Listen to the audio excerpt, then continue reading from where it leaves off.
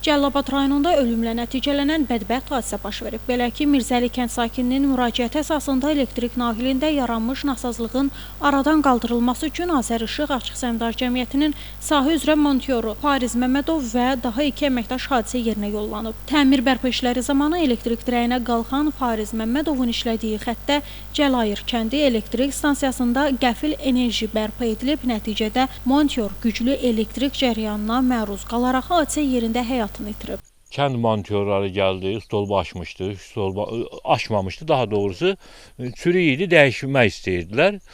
Dəyişdilər də, yəni stolbanı qalxızdılar, qoydular yerinə, montaj elədilər, sonra çıxdılar pirmiçka eləməyə, yəni telləri bağlamağa, birdən-birə belə bir hadisə oldu.